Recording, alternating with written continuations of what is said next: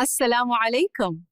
Today, we will learn about respecting our parents in Islam.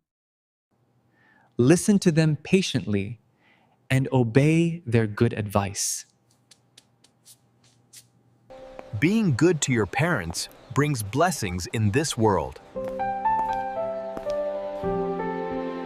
Help them in their needs, even with small tasks.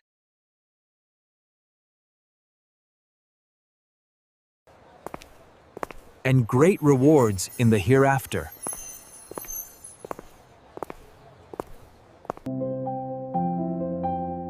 Always remember to honor and love your parents. May Allah bless all our parents. Juma Mubarak. Avoid speaking harshly or being disrespectful to them.